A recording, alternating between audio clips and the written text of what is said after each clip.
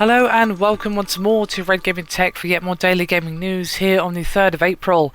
This time I have some news for you today from Microsoft regarding Windows 8, as they hosted a Build 2014 keynote yesterday in which they announced information on the latest Windows 8 update, as well as confirming a rumour that the Windows Phone 8.1 will update to support a Halo-themed Cortana application, which will offer voice control input similar to Apple's Siri. Now, the assistant is a circle that you push to use, and basically we hear Jen Taylor's voice when being replied to, of course in the style of the Cortana voice. Now, Universal Windows application, which will work across all Windows and Xbox platforms, will also announced, and this will basically allow anyone who purchases an app on a particular platform to access it on any other device that it's supported on. So if you buy a device, an app, that's on, say, I don't know, Windows Phone, but it's also on Windows 8, just for example, you don't have to buy it twice, you can just access it across all platforms. And this will be accomplished thanks to an update that they're doing to the Visual Studio 2013 development tools, which were released for app makers. Now, at present, there are 400,000 combined applications in the Windows Store and Windows Phone Store, which will generate 14 million downloads per day.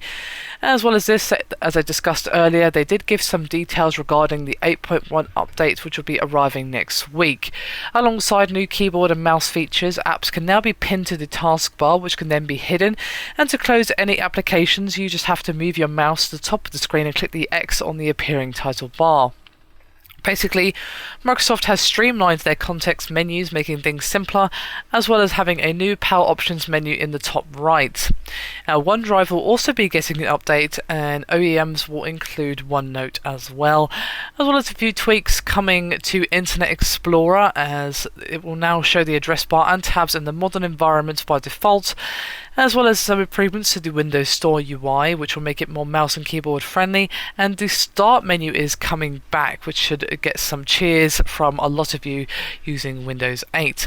Now, those who are running Windows 7 or above will be able to run the latest version of Windows 8.1, which will only require 1 gig of RAM and 16 gigabytes of storage, and they will be releasing the 8.1 update via Windows Update on April the 8th. So there you have it, the full load of information regarding all those good changes and improvements coming to Windows 8. And to be honest, I think the best piece of news that I just revealed in this video is the fact that the Start menu is coming back. I have to say that's one of the things I kind of dislike about Windows 8 is the lack of the Start menu and just how clunky everything feels. So hopefully that will be addressed soon. I personally use Windows 7, but Crimson does use Windows 8.